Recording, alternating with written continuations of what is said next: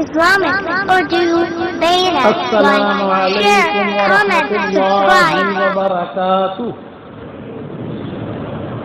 نحمده ونصلي على رسوله الكريم اما بعد الحمد لله نحمده ونستعينه ونستغفره ونؤمن به ونتوكل عليه ونعوذ بالله من شرور أنفسنا ومن سيئات أعمالنا ونعوذ بالله من شرور أنفسنا ومن سيئات أعمالنا من يهده الله فلا مضل له ومن يضلله فلا هادي له ونشهد أن لا إله إلا الله وحده لا شريك له ونشهد أن سيدنا ومولانا محمدا عبده ورسوله صلى الله عليه وعلى آله وأصحابه وبارك وسلم تسليما كثيرا كثيرا أما بعد فأعوذ بالله من الشيطان الرجيم بسم الله الرحمن الرحيم وما كان الله ليعذبهم وأنت فيهم وما كان الله معذبهم وهم يستغفرون صدق اللہ العظیم. قابل احترام بھائیوں، دوستوں اور بزرگوں، میرے والد صاحب رحمۃ اللہ علیہ ایک بات بتایا کرتے تھے کہ ہم فرشتے نہیں ہیں کہ ہم سے گناہ نہ ہو. فرشتے جو ہے وہ گناہ نہیں کرتے، ان سے گناہ نہیں ہوتا. اور ہم شیطان بھی نہیں ہے کہ ہم توبہ نہ کریں. ہم تو انسان ہیں، ہم سے گناہ ہوں گے اور ہم توبہ کریں گے. یہ دروازہ اللہ نے کھلا رکھا ہے. گناہ جو ہے وہ انسان اور جنات سے ہوتا ہے، جانوروں سے گناہ نہیں ہوتا. کہ بھینس نے گناہ کیا کہ بیل نے گناہ کیا، ایسا نہیں ہے. انسان اور جنات یہ دو نیکیاں بھی کرتے ہیں اور یہ دو گناہ بھی کرتے ہیں. تو ہم انسان ہیں، ہم سے چپ ہو جاتی ہے، اس لیے توبہ کا دروازہ کھول دیا. معافی مانگو، اٹھتے بیٹھتے معافی مانگو، اٹھتے بیٹھتے معافی مانگو. اور قرآن شریف میں ہے کہ اگر تم خوشحالی والی زندگی گزارنا چاہتے ہو تو استغفار بہت کرو. یہ قرآن میں. اور استغفار کا کیا مطلب ہے کہ اللہ مجھے معاف کر دے. ہم گجراتی لوگ ہیں، داتا کے لوگ اور سیدھے سادے ہیں، تو جو عربی الفاظ برابر بول نہیں سکتے، پڑھ نہیں سکتے، تو کوئی بات نہیں، زبان سے اتنا تو کہہ سکتے ہیں کہ اللہ تمہیں معاف کرے نا، اے اللہ تمہیں معاف کری دے، اے اللہ میں گنہ گار کو تمہیں معاف کر، تمہیں معاف کر، اتنا تو کہہ سکتے ہیں. تو قرآن میں یمتعکم متاعا حسنا الی اجل مسمى، ہم تم کو خوشحالی والی زندگی دیں گے تم اور استغفار کرو گے. اس لیے آدمی استغفار کرتا رہے. بڑی بلاؤں کو، بڑی بڑی مصیبتوں کو یہ استغفار دور کر دیتا ہے. قرآن میں کہا گیا وَمَا كَانَ اللَّهُ لِيُعَذِّبَهُمْ وَأَنْتَ فِيهِمْ وَمَا كَانَ اللَّهُ مُعَذِّبَهُمْ وَهُمْ يَسْتَغْفِرُونَ. پیارے نبی جی، آپ جب تک امت کے درمیان رہو گے تو ان پر اللہ کا عذاب نہیں آئے. نبی کی روحانیت عذاب کو روک لیتی. کہا اللہ بک میں کب تک رہوں گا، میں تو مر جاؤں گا. تو میری امت کیا تو دروازہ کھول دیا کہ یہ لوگ استغفار کرتے رہیں گے، استغفار کی وجہ سے ہم ان پر عذاب نہیں لیں گے. لیکن استغفار و حقیقی استغفار، مذاق والا نہیں. مذاق والا استغفار اس کو کہتے ہیں کہ آدمی مسجد میں آیا، گناہ کر کے مسجد میں آیا، استغفار کیا، اور استغفار کرنے کے بعد اللہ نے اسے معاف کر دیا. معاف کرنے کے بعد پھر باہر گیا، باہر جا کر پھر گناہ کیا. پھر مسجد میں آیا، پھر معافی مانگی، پھر باہر گیا، گناہ کیا، پھر یہ اپنے اللہ کے ساتھ مذاق کر رہا، گناہ چھوڑ دیا، تب معافی مانگی تو اللہ کہتے ہیں کہ میں معاف کروں گا۔ کریم ہے، اتنا بڑا کریم ہے کہ وہ بہت قدر کرتا ہے۔ وَكَانَ اللَّهُ شَاكِرًا عَلِيمًا مَا يَفْعَلُ اللَّهُ بِعَذَابِكُمْ إِن شَكَرْتُمْ وَآمَنْتُمْ وَكَانَ اللَّهُ شَاكِرًا عَلِيمًا۔ اللہ تمہیں عذاب دے کر کیا کرے گا؟ کیا مزہ آتا ہے میں عذاب دینے میں؟ اللہ کہتے کہ مجھے مزہ آتا ہے تمہیں عذاب دینے میں، عذاب دینے کے لیے پیدا کیا، ہمیں مزہ نہیں آتا۔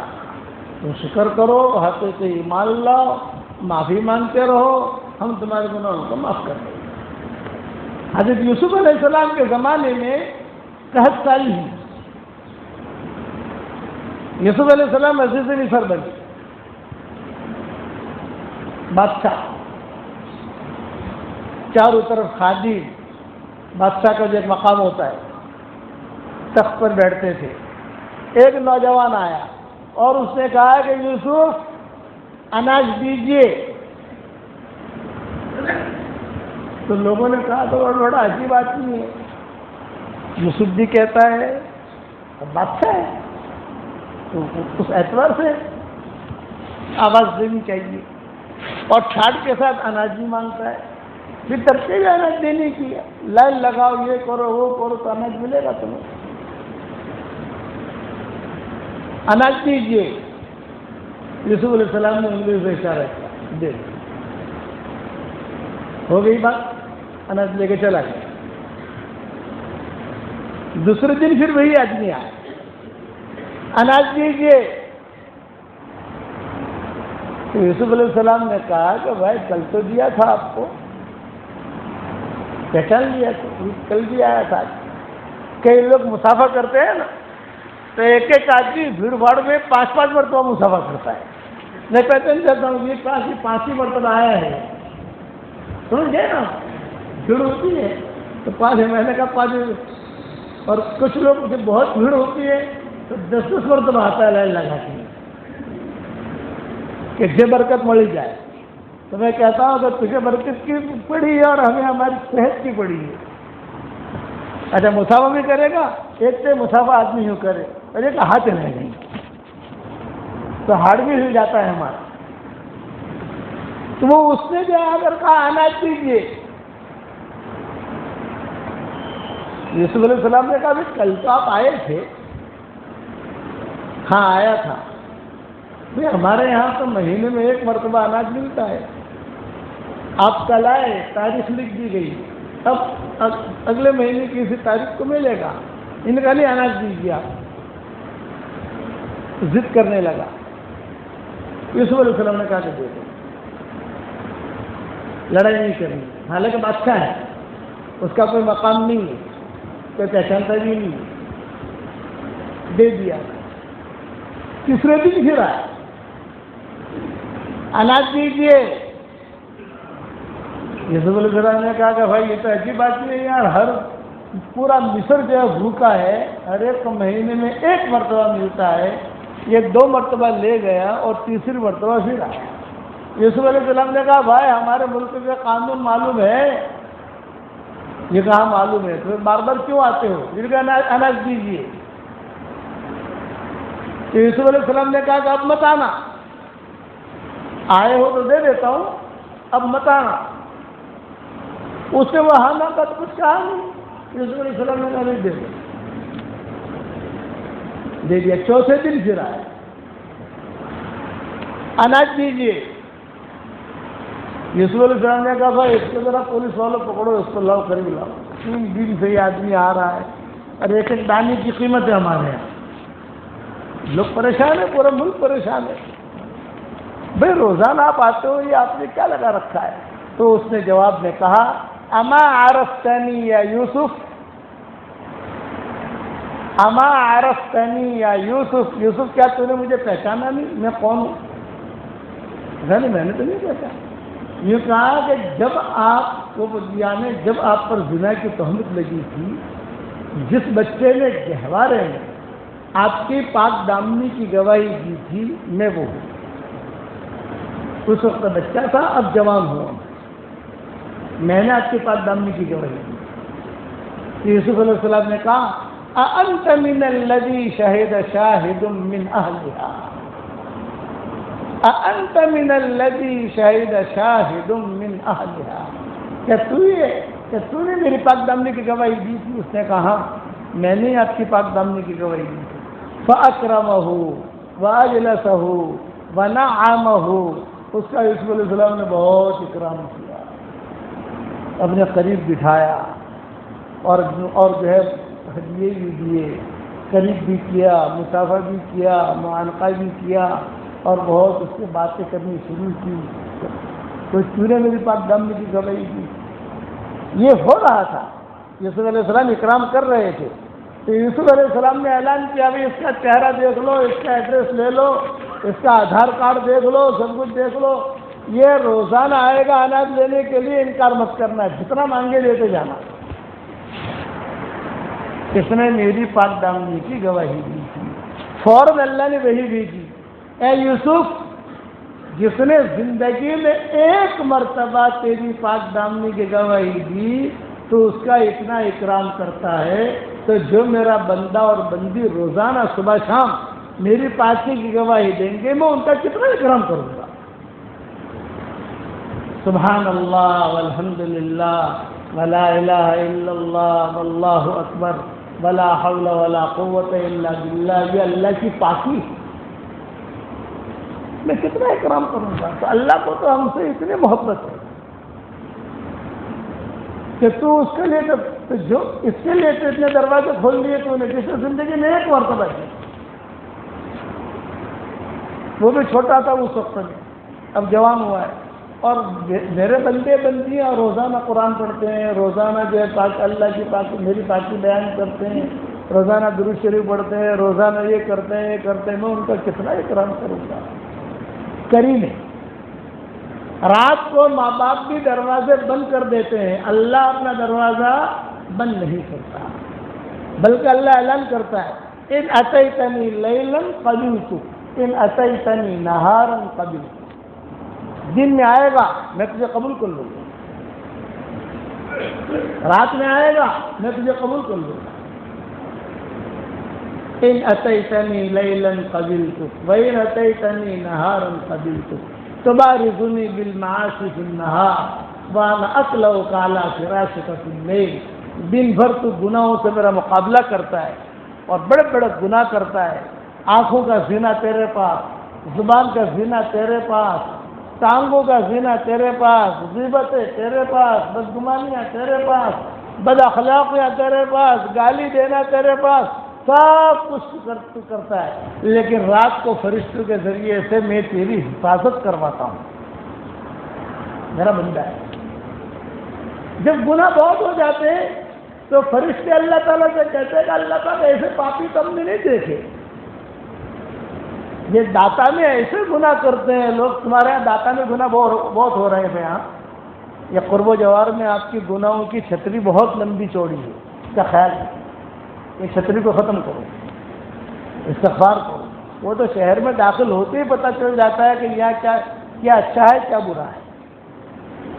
یہ ذہن میں رکھنا. آپ کے یہاں گناہوں کی چھتری بہت موٹی تازی ہے، اسے توڑنی پڑے گی آپ کو. آپ سمجھے گے نہیں سمجھے؟